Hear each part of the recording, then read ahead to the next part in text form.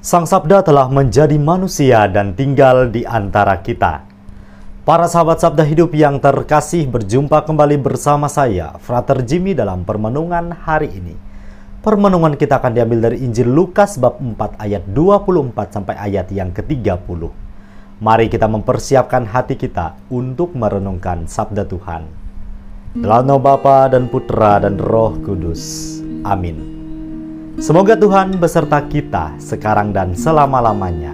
Inilah Injil suci menurut Lukas. Dimuliakanlah Tuhan.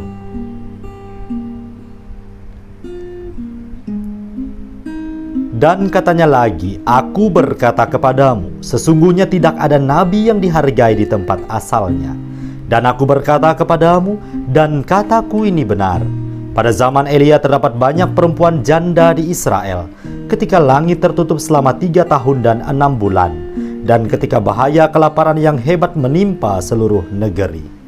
Tetapi Elia diutus bukan kepada salah seorang dari mereka, melainkan kepada seorang perempuan janda di Sarfat di tanah Sidon. Dan pada zaman Nabi Elisa banyak orang kusta di Israel, dan tidak ada seorang pun dari mereka yang ditahirkan selain daripada Naaman orang Syria itu. Mendengar itu sangat marahlah semua orang yang di rumah ibadat itu. Mereka bangun lalu menghalau Yesus keluar kota dan membawa dia ke tebing gunung, tempat kota itu terletak, untuk melemparkan dia dari tebing itu. Tetapi ia berjalan lewat dari tengah-tengah mereka lalu pergi. Demikianlah sabda Tuhan. Terpujilah Kristus. Para sahabat Sabda Hidup yang terkasih, dari bacaan Injil yang kita dengarkan tadi diceritakan bagaimana Yesus menyampaikan penolakan yang dialaminya. Ia ditolak oleh orang-orang sebangsanya.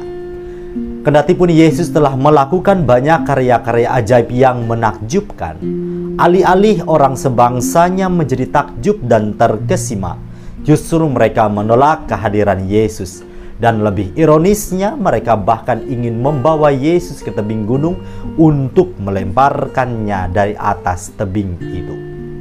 Apa yang dapat kita refleksikan dari cerita ini? Cerita ini mengajak kita sekalian untuk merenungkan bahwa memiliki kualitas iman yang baik sangatlah tidak mudah. Kita tahu bahwa Yesus telah banyak mengerjakan mujizat dan karya-karya ajaib semasa hidupnya.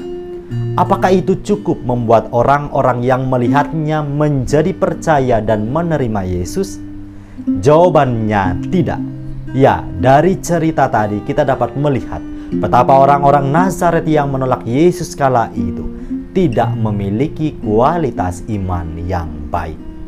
Mereka tidak percaya kepada Yesus. Mereka melihat dan menyaksikan perbuatan ajaib yang Yesus kerjakan, namun mereka tidak membuka diri, sehingga mereka tidak mengalami rahmat Allah dalam diri mereka. Mereka hidup dalam pekatnya kegelapan, sehingga tidak bisa melihat kemahakuasaan Tuhan Allah. Lantas, apa yang harus kita kerjakan untuk dapat melihat setiap rahmat Allah dalam kehidupan ini? Tidak lain ialah dengan membuka diri, mengalami hidup bersama Yesus. Tetapi kan, kita tidak bisa melihat kehadirannya secara kasat mata. Maka disinilah peran mata iman sangat dibutuhkan. Kualitas iman sangat ditentukan dari cara pandang dan pola pikir kehidupan kita sehari-hari. Kita memang tidak bisa melihat kehadiran Tuhan Yesus secara kasat mata, tetapi dengan iman kita dapat merasakan, meyakini kehadirannya dalam setiap peristiwa yang kita alami, di dalam diri orang-orang yang ada di sekitar kita. Nah, sekarang tergantung kebiasaan kita dalam membangun cara pandang dan pola pikir. Apakah kita selalu menaruh cara pandang dan pola pikir yang positif terhadap lingkungan dan orang-orang yang ada di sekitar kita? Adakah kita berani mengapresiasi orang lain? Atau kita terlalu sering untuk mencari celah kekurangan sesama kita? Adakah kita dapat melihat kebaikan yang terpancar dari dalam diri sesama? Seberapa sering kita mengeluarkan kata-kata positif dari mulut kita ketimbang kata-kata negatif? Seberapa seringkah kita menaruh pikiran positif terhadap sesama ketimbang menaruh syak dan prasangka? Apakah kita turut merasakan kebahagiaan dikala sesama kita meraih kesuksesan, atau sebaliknya justru merasa irikah kita? Masa Prapaskah ini, para sahabat yang terkasih, menjadi masa di mana kita diajak untuk semakin memiliki ketahanan hidup rohani yang baik dari hari ke hari, membina diri di dalam doa dan puasa. Semoga kita dapat mengerjakannya dalam terang iman akan Kristus Tuhan. Selamat beraktivitas, selamat merenungkan.